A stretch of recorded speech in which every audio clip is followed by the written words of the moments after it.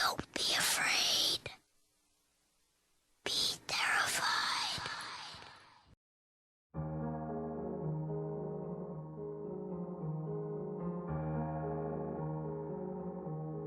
Just recently, I've been able to see ghosts. Well, calling them ghosts is still kind of a stretch. I've been seeing things, weird, unexplainable things just in and out of the borders of my vision, and it has only gotten worse since it began. I didn't think too much about it at first, until it became serious enough to think about it. It started about 3 months ago. At first, it was just lights and appliances turning on and off on their own. Sections of rooms becoming oddly cold, and objects around my house would pivot on their own, sometimes even falling off of tables and countertops. Like any sane person, I just brushed it off or justified it by the wind or something at first.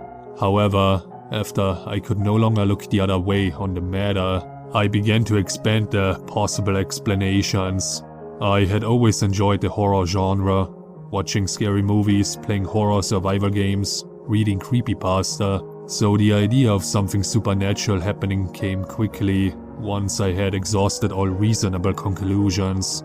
I really hate to let my imagination get the better of me, but there's only so much you can try to explain on your own. Eventually, I started to see more.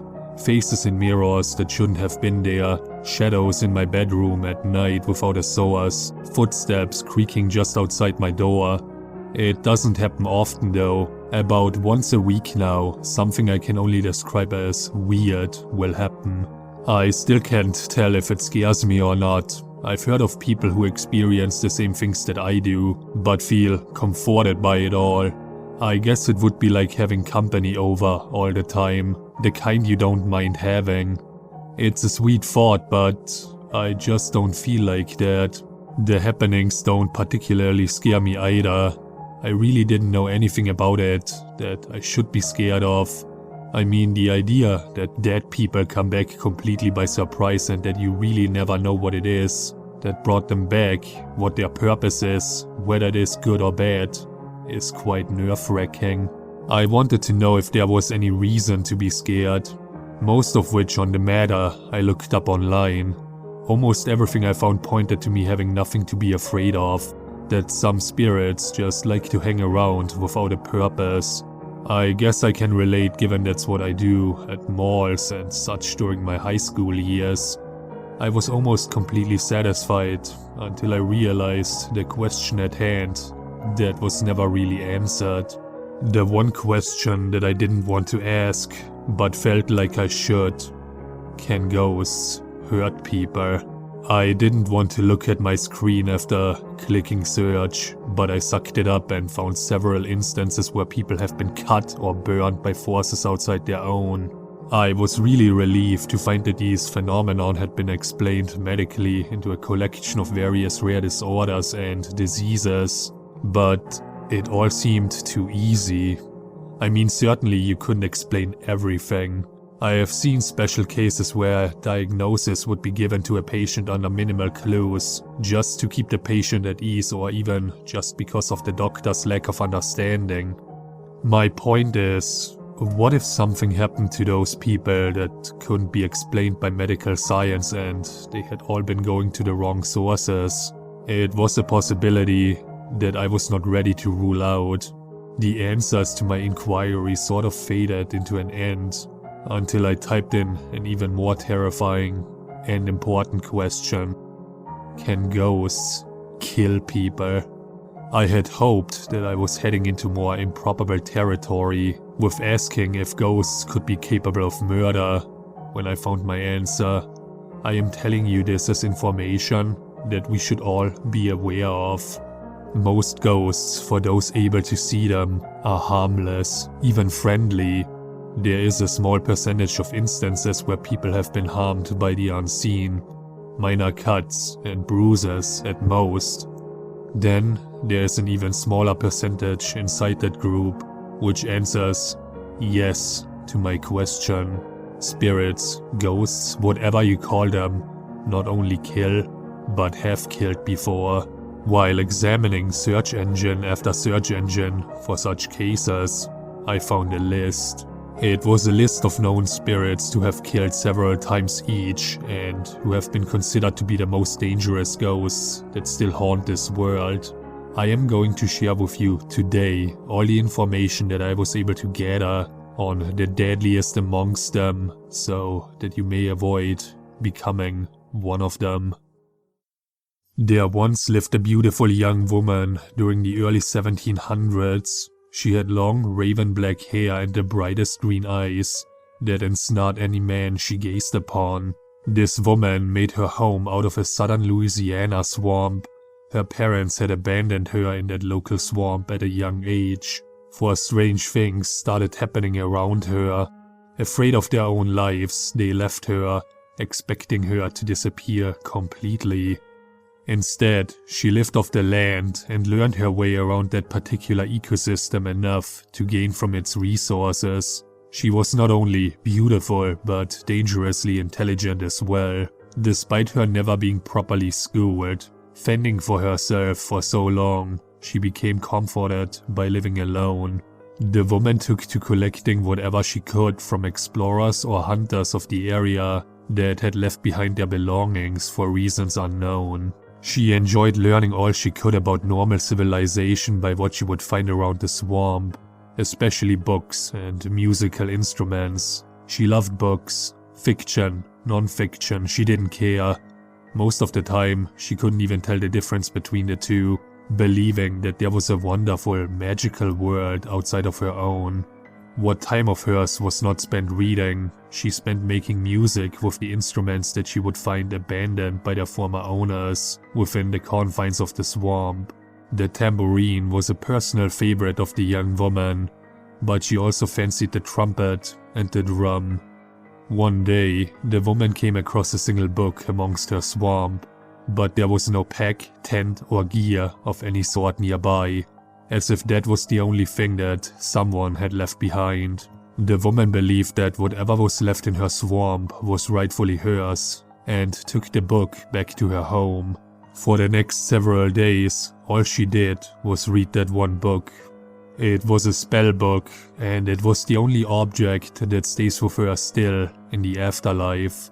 She had no idea of the matter of witchcraft outside of her swamp, or even outside of that one book. What she read from it day after day sang to her very soul. Within weeks, she had read it cover to cover, many times over. She learned many secrets still lost to most today. Astral projection, immortality, how to communicate with the dead. More than she could have ever hoped to learn from any other book. She felt as if nothing was lost to her anymore, and all the questions that she didn't know she had all been answered. She began practicing spells, charms, and incantations. She communicated and danced with the ghosts of the swamp on full moons. The trees and animals everywhere she went flourished with health and new life. Though she read of several curses, plagues, and blood magic, she had vowed to never practice against any living soul. She loved life and the world around her, as well as respected the space and lives of other people. Not once had she held any anger or resentment against another person, for she never had a reason to. She lived alone and practiced her new skills to make her world as magical of a place as she had always read about. The woman was happy. Several months later, the swamp was continuing to thrive better than any other. It attracted outsiders to venture inside and search for the many resources it would provide them. Eventually, the woman, still learning much about her magical gifts, was found. News about a witch living in the swamp just acres from the woman's parents' busy town spread quickly. When the town's mayor's wife fell deathly ill, along with much of their livestock, the town raged into a mob and set out to kill the witch they felt was terrorizing their town. The woman was captured during the night of a blood moon and taken back to their town by the angry settlers, along with her book of magic. The woman screamed and begged as the men and women of the town tied her up to a post atop a large pile of sticks and dry grass. The book thrown at her feet. Soon after, the woman began to mumble incantations under her breath, confirming to everyone that she was indeed a witch. The man doused her in oil from her head down to the book and lit a match. The woman no longer thought what she knew was coming. She stood still, continuing to speak quietly to herself the words of her book. When the match hit the wood, she was immediately engulfed in bright flame. She screamed in agony, no longer chanting or begging, just screaming. The fire ate away at her flesh, leaving nothing behind but exposed tissue and bubbling blood. Her screams echoed over the cheering of the people and lasted for what seemed like hours. Her death finally came within minutes of the fire. Her entire body had been melted away, leaving behind charred, smoking remains of what was once a human muscular system. All gone, except her book and her head. Though she had died in that fire, her head, displaying an emotion of pure serenity, is said to have remained completely unharmed.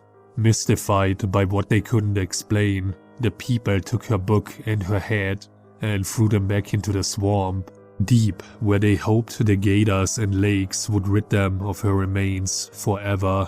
Many years later, a rich young man bought up the land designating the very spot atop where the woman's remains lay in unrest to build his family estate. With an almost endless amount of money behind him, the work on his future home began quickly. The project leveled out the foundation, filled in gaps and tore down trees, and began without further inspection of the land. Everyone seemed to welcome the wealthy young man's choice of location for his mansion, except the once lively, spirited woman that became a part of the house. To this very day, her spirit has haunted the man's house, bringing misfortune to those who seek her. It is said that her ghost resides in a small room, one you wouldn't normally see or even think to go into. She continues to scavenge for objects left behind by living guests that may be of use to her. She has long since become tired of any other book than her own, which she keeps with her at all times. Instead, musical instruments have become a favorite of hers. Her body is never seen, but those who see her see only her head, that is said to be sitting on a small, round table in the room she occupies. Her book is supposedly sitting open in front of her, so that she may continue to read long into her afterlife. Should you only see her, she will let you pass. However, there is but a single chair next to the table. If one should sit in this chair, she knows that they are seeking her out, much like the townsfolk who burned her alive, and will give them her full attention. She looks into her victim's eyes for only a second before her once beautiful, pacified face contorts into one of malice and agonized hatred. Her eyes widen and sink into her skull. Her mouth opens impossibly wide, stretching back the skin on her face to the point of ripping and tearing, and then she is said to scream inhumanly loud. Anyone sitting in that chair has just passed the point in which they could have still gotten out alive. Soon, they become increasingly hot, sweating for only precious seconds, before their skin begins to blister and boil. Then, the sensation of thousands of years of fire washes over their entire body. The only thing they can do now is rock back and forth in the chair, unable to stand, and scream in the unending agony that once claimed that woman's life. Your hair would fall out as muscle tissue emerges from underneath your melted skin, soon blackening from an inextinguishable fire. Those that dare her die shortly after this point, but continue burning until what is left behind becomes dust that is soon blown away, whisked off to wherever the breezy halls take it, never to be seen again. Number of estimated victims: 4. Name of the ghost: Eleanor Leota Toombs, aka Madame Leota. There was once a man, a gentleman of the ages, who lived just outside of his hometown with his adoring wife. He was a man of considerable wealth and aged gracefully long into his golden years. He was a kindly gent who loved people of all sorts. The man was very well known around the nearby town and recognized as a man among men. He would buy from their markets and did what he could to expand the growth of the town. He loved giving back to the community rather than hoarding his financial success to himself. His wife loved him so for that very reason. She had the house and the husband she wanted. All of that seemed to be enough for her, though, unlike her husband, she never left the house. Everyone was very fond of the man, his wife, and almost just as much, his house. He had the house that everyone around wanted. The man often held parties and gatherings for the people of the town at his house. His wife would cook the most amazing meals using the supplies and ingredients that her husband had once bought from their guests, while the man would give tours of the many rooms and corridors of his house. The one room he loved showing off was his portrait room, where he had collected and framed some of the most amazing paintings that he had ever bought from the town's many artists. After throwing so many gatherings, the man soon became known as the host, and he wore his new title with pride.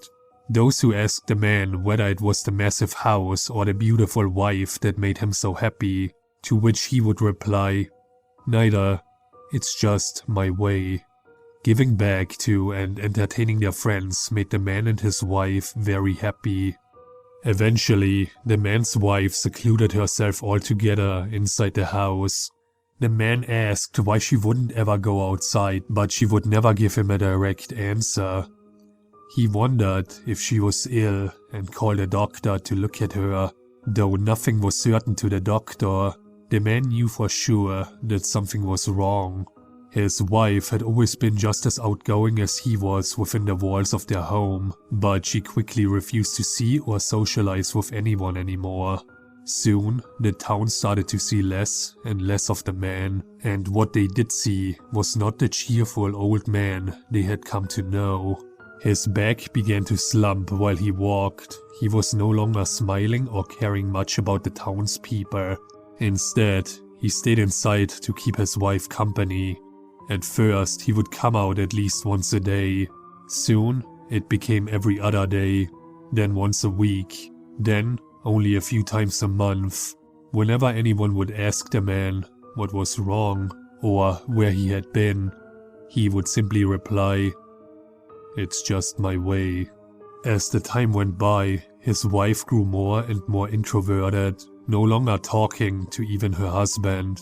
He started to become less sad but more angry. Angry at his own helplessness. Angry at the lack of cooperation from his wife. Angry at not being the person he used to be. She was in pain and wouldn't say what was wrong. He had no idea how to handle the situation. All he wanted was his life back, where everyone was happy, and she was the cause of that not happening. He asked why one last time to his wife, who only looked back at him and smiled sweetly. He couldn't take it anymore. His wife hadn't shared anything with him for months. He had become more lonely with her than even by himself. He had wanted to help her, but she wouldn't say what was wrong or tell him what to do. The man snapped, no longer angry at himself, but more so at her. He grabbed her by the throat with both hands and squeezed as hard as he could. He shouted questions uncontrollably like, "How do you want me to fix this?" and "What do you want from me?" He couldn't control the rage that had built up all this time.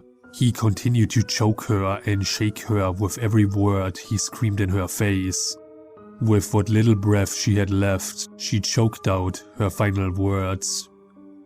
"This was your way."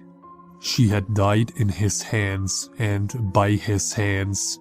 He shook off what emotion had led him to murder his wife and cradled her while sobbing. She was past the point of recovery by the time the man could finally collect himself, but people say he held her for days and just wept. He buried her in the family cemetery outside the back of the house. That same day, the man picked a single bottle of his favorite wine and finished it in a matter of minutes. He climbed high into the rafters of his portrait room, where he could be with the figures of the town one last time, and let himself drop. The man who was once loved by his friends and family was now nothing more than a decoration for the house that had claimed him. The man's spirit can still be heard weeping for his dead wife all over what was once his house. Rumor has it that his body still hangs from the ceiling in the portrait room. Those that have found his body would no longer hear the man's crying, though not many have ever returned from the man's house after finding his hanging body. It is said that on a wall in that same room, the words "My way" have been scratched all over the walls, deep into the wood. Though many speculate what exactly it is that leads to the death of those who encounter the man's ghost, it is believed that the spirit itself does not inflict physical harm onto anyone. Instead, the sight of the man's body, ghost, and message is said to bring so much despair with it that whoever views them gains the man's perpetual feeling of dread and hopelessness. Few of the people that have seen these sights reported about them after they had left the house, though most never even leave the man's house. Eventually, no matter how much they try to fight it, they always die the same way he did. Suicide by hanging after having spelled out the words "My way" somewhere within the same room. This single phrase has been seen by many to be the primary indicator of the connection between the man's victims. Number of estimated victims: 7. Name of the ghost: Edgar Price, aka the Host. During the mid-1800s, a man lived happily as a very much beloved husband and father in a southwestern Mississippi town. The town was one of the largest at the time and very well known for bringing in quite a profit. The man was just well off enough to care for his family, and that was all he could ever ask for.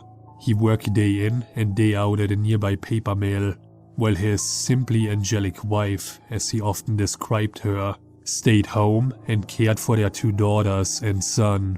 The man couldn't enjoy life more than he was. He was young, healthy, and pulling in more money than he could ask for. However, a dark secret that he kept from his family and business partners emerged into the public. One day, another man came to him while he was working and asked for the money that he owed him and his boss. The man knew perfectly well that he was in several months' worth of debt to a local terrorizing mafia for their help on his financial success.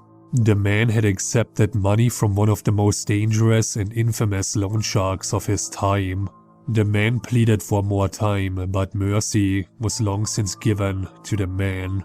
The loan shark had 2 of his henchmen beat the man into a bloody submission, breaking his left arm in 4 places, his right leg in 2, and fracturing his skull before pulling out a small bottle of green fizzy liquid.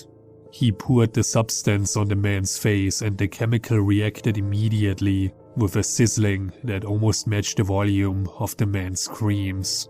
The corrosive ate away at the skin all over the man's face and even down to some of his bone. The man was helpless, nothing could wash away what was being done to him, and all he could do was scream. No one came to his aid. No one else even really knew the man, for he had only kept to his family when not on the job. His lips peeled back, no longer protecting his teeth and gums. His eyelids disintegrated and his nose melted down to nothing. The loan shark deemed this a warning, for if he did not receive the money he was owed with interest by next month, the same would be done to his family.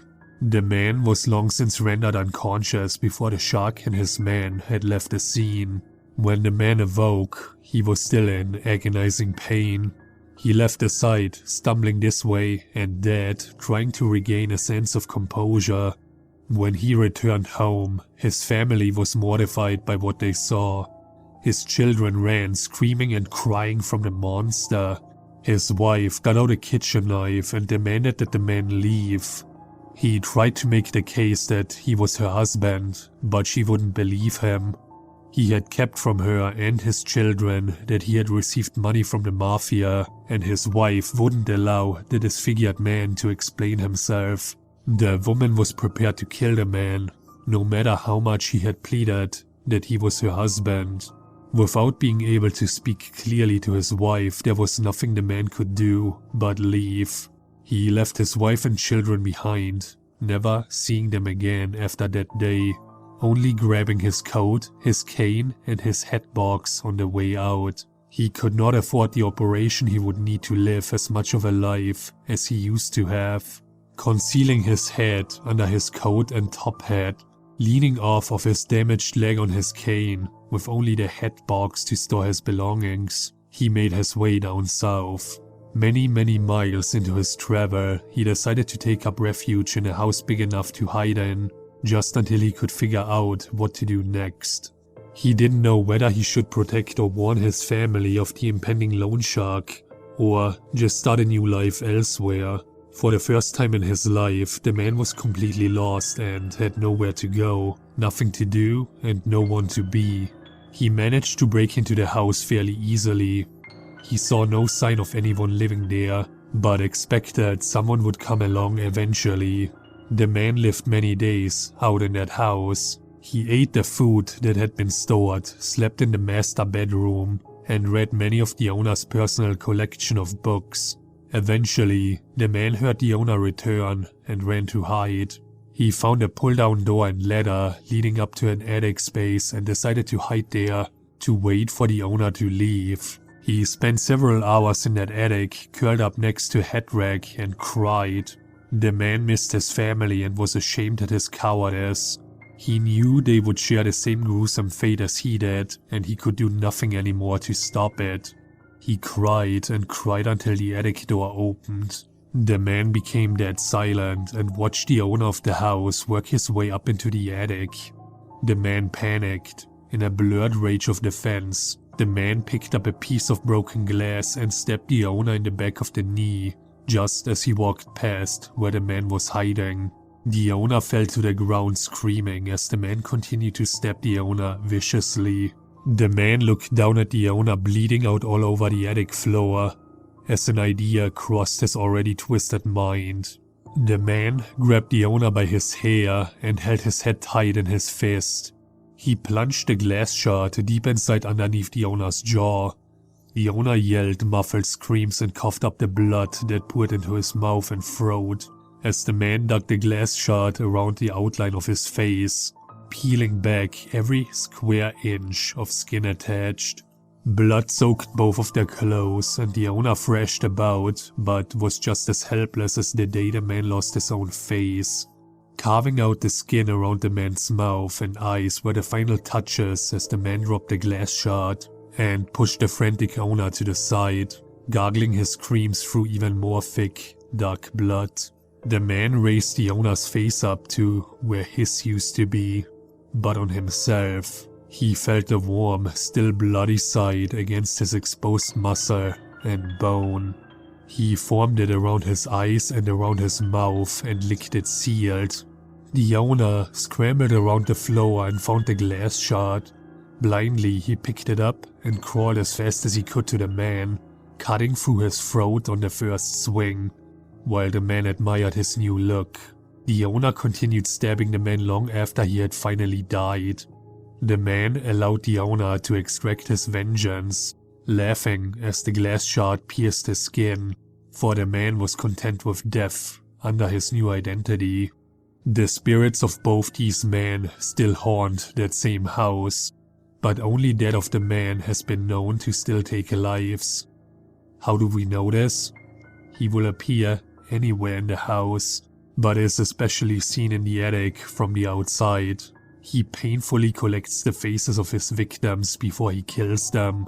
You will never know when you're near this ghost, but so long as you're in that same house, he is never far. Should he choose you, you will feel sharp stabbing pains all over your body. You may not see him then, but there will be nothing you could do to stay alive at this point. He will continue to stab you until you stop moving altogether. You can only hope that what has been done already will be enough to kill you, for then you will feel every single nerve under the skin in your face being ripped apart. You will feel it peel back and tear as easily as paper. He does it slowly and methodically, so that he can savor the effects of the agony he gives to his victims. It is said that the last thing you see, if you are able to survive for this long, is his long, insidious smile and wide, pure white eyes staring down at you through your own face. He stores all the faces he collects and never has them just out of his arm's reach. How do we know that it is the same man and not the owner? The entity is known to always be carrying around the only two things he had with him when he came to the house in the first place: his signature cane and Hatbox. Number of estimated victims: 14. Name of the ghost: Xavier Randall, aka Hatbox. In 1886, there lived a beautiful woman in the city of Philadelphia. She was adored by all of her friends and family. She excelled through school and had many friends and sweethearts to show for it. She had big, bright blue eyes that would melt your heart in a single gaze. She had round, pouty lips that drove men crazy. Her hair was golden and she took especially well care of it. All throughout school, she had been told that she could make it as a big-time actress, just off of her looks alone. So, when she graduated, she moved out of her parents' house to try and start an acting career in New York City's own Broadway. She was more than confident that she would become the next fresh face to capture the world. For all throughout her life, everyone told her how gorgeous she was. And what was more dangerous, she knew it. People spoke of the woman as though her looks rivaled that of Cleopatra herself. No matter what she tried in life, she would usually get by on her looks alone.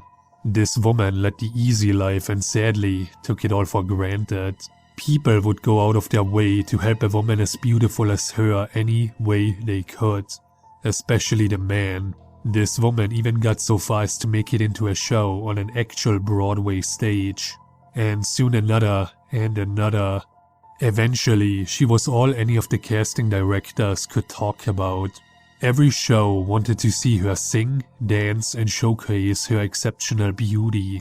Her parents had given her more than enough money to live on her own while working in the Big Apple, even though she was making a decent income. She had long since lost touch with her doting parents, short of her still collecting support money from them, along with all the friends she had once had back home. Eventually, the woman started seeing New York City and the business she had found herself in as the vicious, shallow snare for what it is. After several years of leading the exciting, fast-paced lifestyle of an actress, the easy life that had spoiled the woman for so long soon became less attentive. Though she was still one of the most beautiful young women to ever grace the stage, she was no longer the only one. What was once handed to her on a silver platter now needed to be worked for, and the spoiled woman knew of no such thing as work. The woman demanded things from others, especially those she believed were less attractive than her. She didn't feel the need to audition for roles as an actress, and believed that they should just be offered to her. The older she aged, the less charming her immature rudeness became. People began to pay less and less attention to her. She started getting less work as an actress, leading to her bills coming in more than they went out, and for once, she didn't know what to do. One day, the woman caught a glimpse of a man in the audience of one of her shows. Seeing live theater on Broadway was for either the locals or the wealthy. Outside the theater on the closing night of the last production she ever performed in, she began talking to the man, who could do nothing but dote upon how beautiful and talented she was. The man was from out of town, and the couple spent the next couple of days sightseeing, picnicking in Central Park, eating at all the best restaurants, and having the time of their lives. Before the man was about to leave the city to go back home, the woman confessed her love for him, and he agreed to take her with him. The woman left everything and everyone she knew back in New York and moved in with this rich young man. Very soon after, they were married and talks of children were already on the way. The man was so very happy with his new bride that he went out to buy the best jewelry he could find and also got her the most expensive pearl necklace they had. The woman loved them almost as much as she loved her new life. However, just months after their wedding, the woman's husband was in a tragic, fatal accident. The woman reported to the sheriff that her husband had been murdered just after the honeymoon night. When the police arrived on the scene, they found the man's body alone in a pool of blood. The man's head had been severed and lay just feet from the crimson-soaked stump it was once attached to. The man, along with his head, were both buried in the family graveyard. The woman showed very little concern for her husband and proceeded to live off of the money she had inherited from him. The police never suspected that the wife that informed them of the murder would be capable of such a crime, and the real murderer was never found. It was concluded that the weapon was a small, sharp, blunt instrument, one that would have had to be swung many times to cut completely through a man's neck.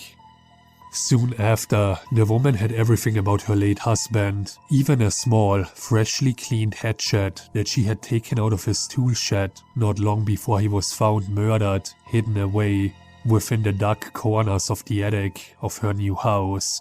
The woman lived well with her husband's money and even took very well care of his home.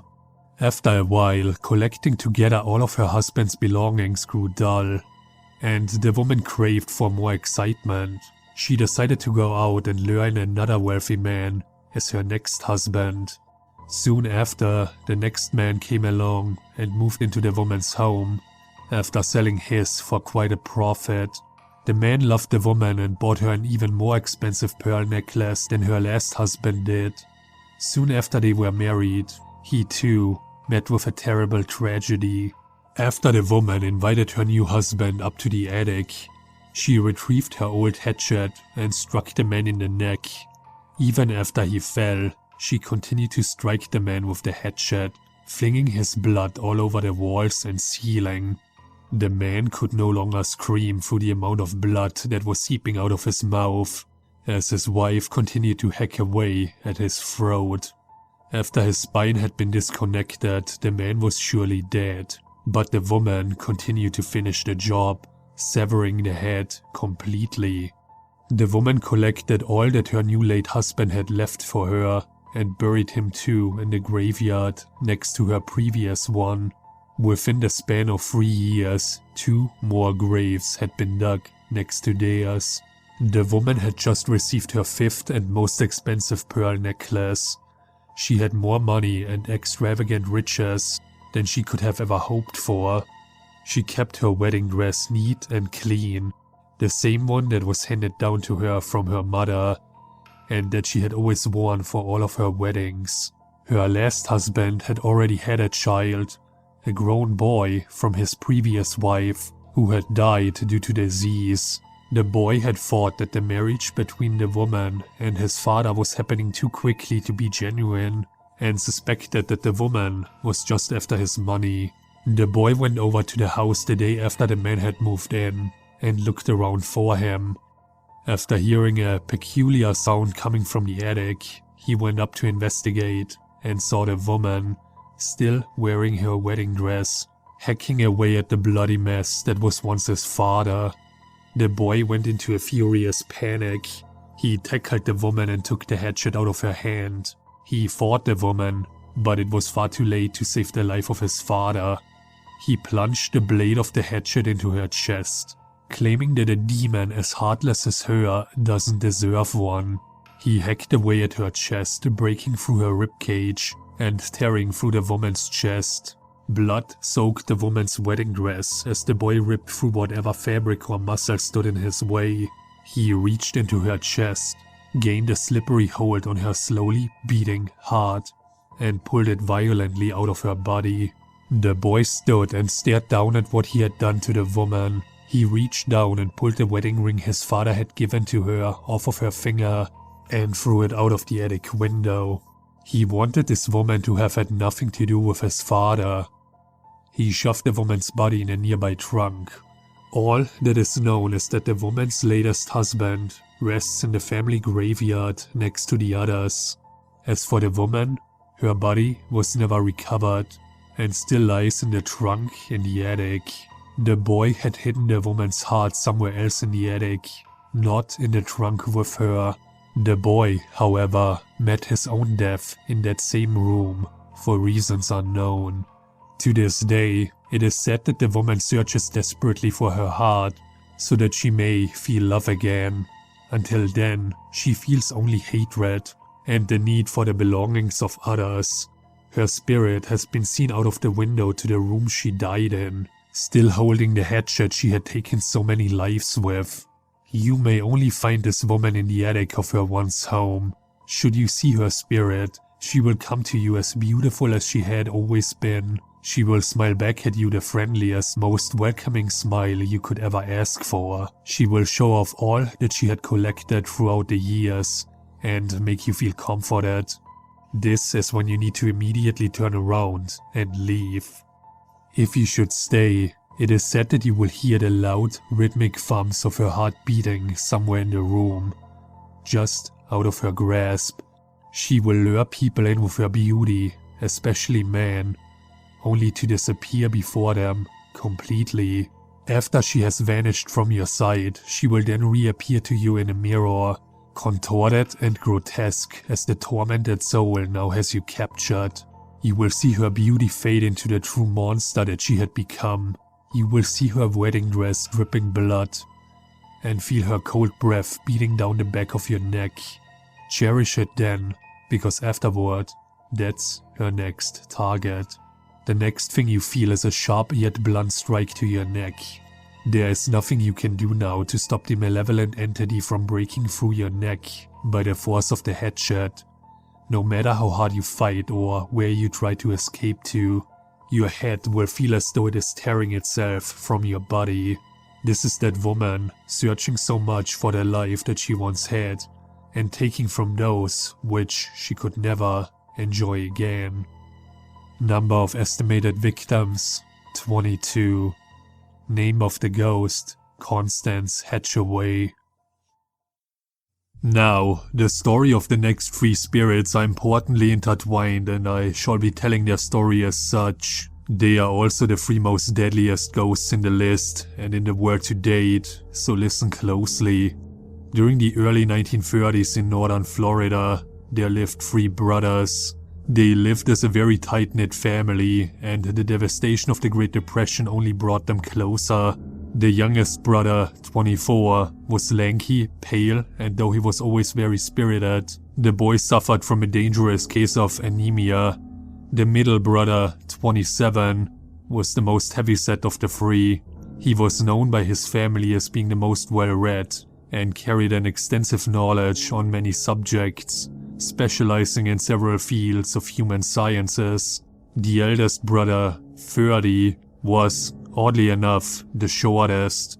He worked closely with their father at a Ford assembly line and carried with him an extensive amount of long, unkempt facial hair. Soon after the crash of the stock market, their father was growing dangerously ill, and their finances had been cut severely since losing his job. Their family could no longer afford the medical care that their father needed. Their mother didn't work, though she did now manage all of their money. They had just enough money left to either help their father get the treatment he needed for his sickness, or for one of the brothers to go to school. The 3 brothers wanted nothing more than to help their father, while their father wanted the brightest one of the 3 to go to school. The answer was made clear, and it was the father's final wish for the middle son to pursue his dream of becoming a surgeon. Though they all spent much time grieving over the loss of a father and husband, everyone in the family was supportive to the middle boy, who then wished to work toward a cure to the illness that had claimed his father, on top of helping as many others as he could. Now, what makes the story so subjective is that no one is completely sure of the names of these three brothers. It is most commonly known that the middle son was referred to as the Traveler, for he commuted to an out-of-state school and loved to sightsee as a child. He dressed his best for school, donning his father's coat and bowler hat. School was new and exciting for the middle brother. He loved learning new subjects along with furthering his knowledge of anatomy and medicine. After 2 years of extensive medical training, the Traveler took a break and headed back home. The youngest brother had succumbed to a rare illness, one that increased his growth and metabolism almost more than his body could keep up with. He was incredibly tall and skinny. He could not gain a healthy amount of muscle tissue, and in most areas of his body, his bones could be seen bulging through his skin. His face, ribs and arms were just some of those areas. His eyes grew big and sunken into his face, his lips grew wider and made his smile much more prominent and haunting. He was fully capable, other than a general physical weakness and an occasional shortness of breath. Due to his childish nature, it was nothing he ever worried about. However, his brother kept a keen eye on him, though his name was also forgotten with time. The records referred to him as the Skeleton because of his hideous form. Unfortunately, however, the Traveler ran out of expenses when the school raised its tuition far higher than he could pay and had to move back home without a proper education. Soon after, the youngest son started to show signs of growing even more sick. The stress had taken its toll on their mother, who had jumped to her death off a local bridge. The brothers were heartbroken and lost. Neither of their parents left them any money to live off of, and the job market was nearly non-existent. The family was then almost out of ideas on what to do for money or necessities. Soon after, while reading up on the end of the Prohibition and the war beginning to rage, the eldest son struck upon an idea. The idea was simple, that he and his brothers would become moonshine brewers and runners. It was a good enough idea for them, and they figured that they had nothing more to lose on it. They couldn't believe that times had gotten this desperate, but they were willing to do anything it took to care for each other. Eventually, a problem arose. They had to sell the family Model T, and had nothing to run their product with. The eldest son mulled around the desperation of his family before admitting to a drastic solution to their problem, though he was not proud enough about it to share it with his family. He went out one night and took a long walk down a really lonely road.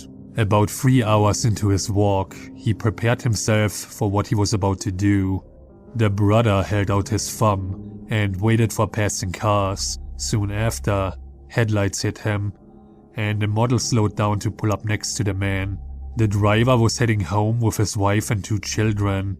The brother wasted no time. He pulled out a revolver and shot the man in the dead center of his face. The wife and children frantically got out of the car as the brother pushed the bloody remains of their loved one onto the dirt road. They collapsed in sobs over the man's body and disappeared behind the brother in total darkness as he drove off with their model. The brother didn't answer any of his brother's questions about the car, and soon they just gave up and accepted that it was now theirs. Soon, the eldest brother was bringing in several different cars a night and eventually got to the point where they could fix up one really great car to make their shine runs in. Their shine running business was working out well, but the eldest brother could not hold on to his secret for much longer and told his brothers about where the cars were coming from. The 3 brothers had long since crossed over into the survival of the fittest mindset and understood that the eldest had to do what he had to do to support them. The shine running was pulling in just enough extra money to keep food on the table, but they felt that they could do better. Soon after, the other 2 brothers felt as though they too were ready to make the cross into the work the eldest brother found himself in. The plan was to pose as hitchhikers on the side of roads that didn't see much traffic. They all had their plans on what they would do once they were out on the road. The Skeleton had a blade ready for his plan, and the Traveler, the less violent one, had a syringe filled with a strong anesthesia that he had learned to make while in school. They all spread out and covered different roads. The eldest son continued with his brood plan, while the skeleton tried a different approach. He would target cars driving by specifically with couples in them. He held his thumb high and waited for a chance to finally show his big brothers what he could do. Once someone pulled over to pick him up, he would sit behind the driver specifically. After having ridden for several minutes, the skeleton would pull a small blade out of his coat pocket and slice open the throat of the driver. Fighting to take control of the car, he would pull it over to the side of the road. The passenger would normally run screaming. Something about his strategy that he became much more effective with in time and experience. He would catch up to the passenger, hold them down, and carve out their eyes with the knife, while still on the side of the road. He would be quick about it, so long as to never be seen by anyone else driving by. One by one he would either jam his knife into their sockets and pry their eyes out, or skewer them and render them painfully useless. So as to make sure the person never tells anyone of him or his brothers, he would rip out their tongues as well. As messy of a job as he chose to go about it, peeling out his victims' tongues with his jagged, dull blade would usually be the last thing they would feel before death. A sacrifice the skeleton was willing to make for his family. He made his brothers proud by collecting many cars this way over the course of many years. While the eldest son continued with his terrorizing plan of forcing whole families out of their cars and making them grieve in the middle of nowhere over their lost husband and father, the traveler was a different sort of operator. He knew he was willing to do anything for the good of his family, but recreational violence was just not a part of his makeup. He too would hitchhike all up and down a lonely stretch of road, searching for lone drivers in particular. He carried with him a briefcase that he used through med school, and he had it filled with various anesthetics, acids and poisons. He knew that he would have better luck trying to subdue one person instead of many. Once someone would pull over to let him in, the traveler would smile back at them, show them his appreciation, and tell them where to go. Along the drive, the traveler would reach into his briefcase and discreetly pull out a brightly colored syringe. He would plunge it straight into the driver's chest and take control of the vehicle. Before the driver would have time to react, they would be completely sedated. The traveler would push them over to the passenger seat and take control of his new car, all the way back to his family's workshop. At first, the traveler would just gently push the bodies out of the car somewhere along the road, only hoping that they would awaken before any roadside critters, little snakes, scorpions or spiders, get to them first. Eventually, he began to think to himself just how robbed he was of his experience in medical school. All that money wasted because the state colleges became too greedy toward their students. It angered him. He had been wronged when all he wanted was to help people. The people in his passenger seats could be all the schooling he needed, and that all he really needed was practice to become a doctor. He started taking the bodies back to the workshop where they stripped down the cars, and held off a little room to the side all for himself. His first real victim was like exploring a fantasy land to him. He wanted to know everything there was about the amazing world anatomy and surgical arts that he had only ever read about. He laid the body across a long metal table and stripped it down. He always remembered his first cut. It was a careful one, like slowly opening a Christmas present. He was as giddy as a child as the blood poured onto the table and trickled onto the floor below him. He uncovered and removed everything he could find inside his victims. Lungs, kidneys, livers, anything he could touch and remove, he did. He unraveled intestines and liked to poke the squishy things. Sometimes the victim would wake screaming, but would always bleed out his life before anyone would come to his rescue. It was so much fun to the traveler. The more and more often the traveler brought home victims and the more experience he had with his rusty surgical equipment, the less careful he became in his teachings. His childlike spirit was very much alive amongst such a macabre scene of blood and entrails. But so long as he cleaned everything up after he was finished, his family didn't mind it. The brothers had been carefully collecting cars from people for several months before the eldest brother was finally caught by the police. Several of the victims he left alive gave away his information to the police. Without giving up the names of his brothers, his accomplices, he was given life in prison. The other two brothers found work very difficult without their brother. The skeleton and the traveler decided to go on one last run, to break their brother out of prison, and to live the rest of their days down south. The information that I was given doesn't exactly say how they did it, but the eldest brother was broken out of prison, which, by the way, is how he earned the name he goes by, the Prisoner, and headed south in a stolen car. They hid out at motel to motel using fake names, and taking every precaution to cover their tracks, as they made their way south toward a small growing city where they could try to start a new life. After several days without food on their run, the stress of their inevitable capture and imprisonment was almost too much for them to handle. They knew that the police were actively looking for the prisoner and his accomplices, but were willing to go to the ends of the world to avoid being imprisoned and separated from each other.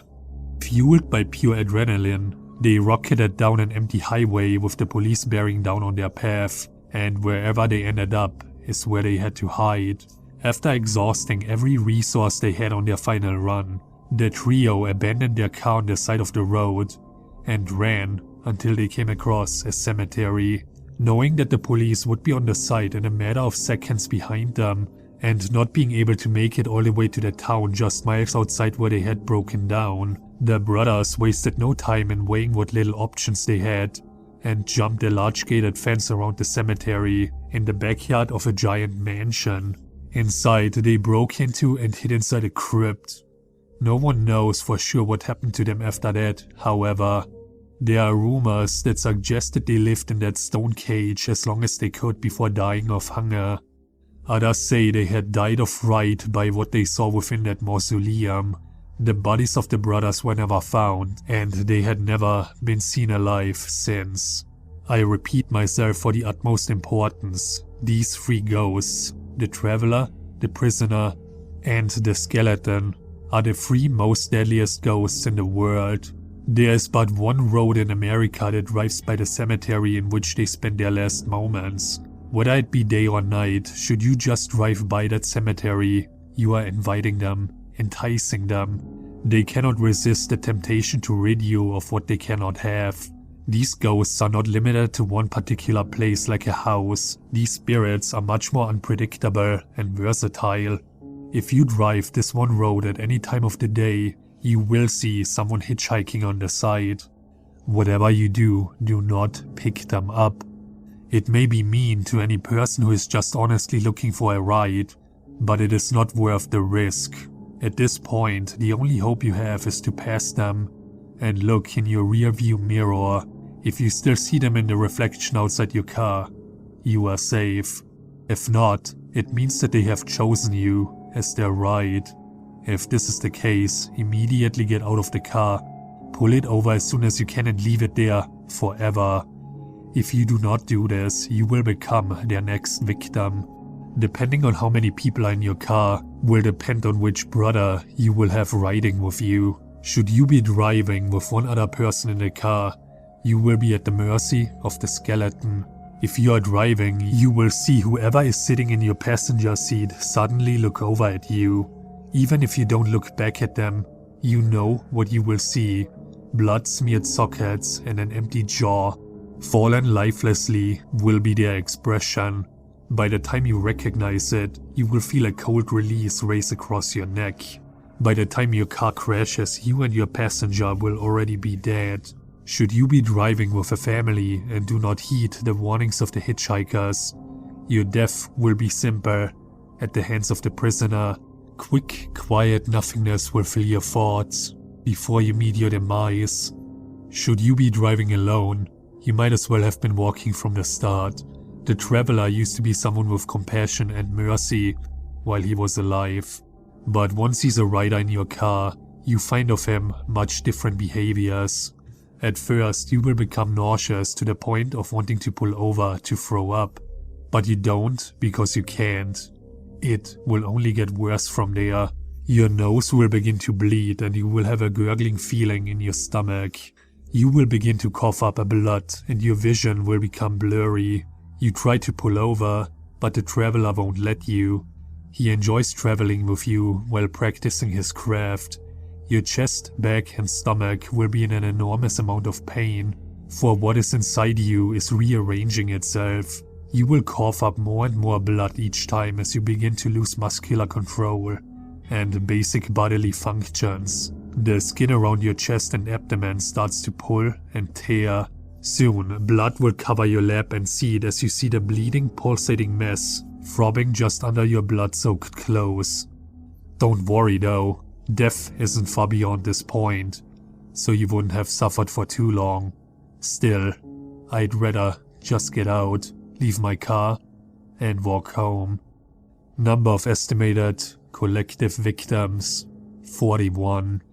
The name of the ghosts, the traveler, the skeleton, the prisoner, aka the Hitchhikers. I hope this list will help you somewhere down the line. God forbid you ever come across one of these things. I really try not to let it scare me, but with everything that has been happening, I'd rather be scared than dead.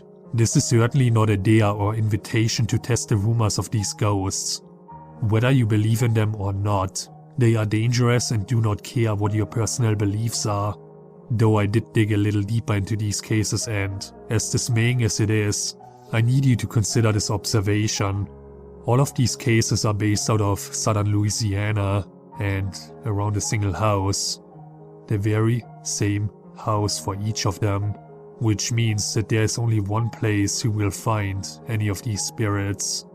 The attic, the cemetery, the portrait room. It is all connected.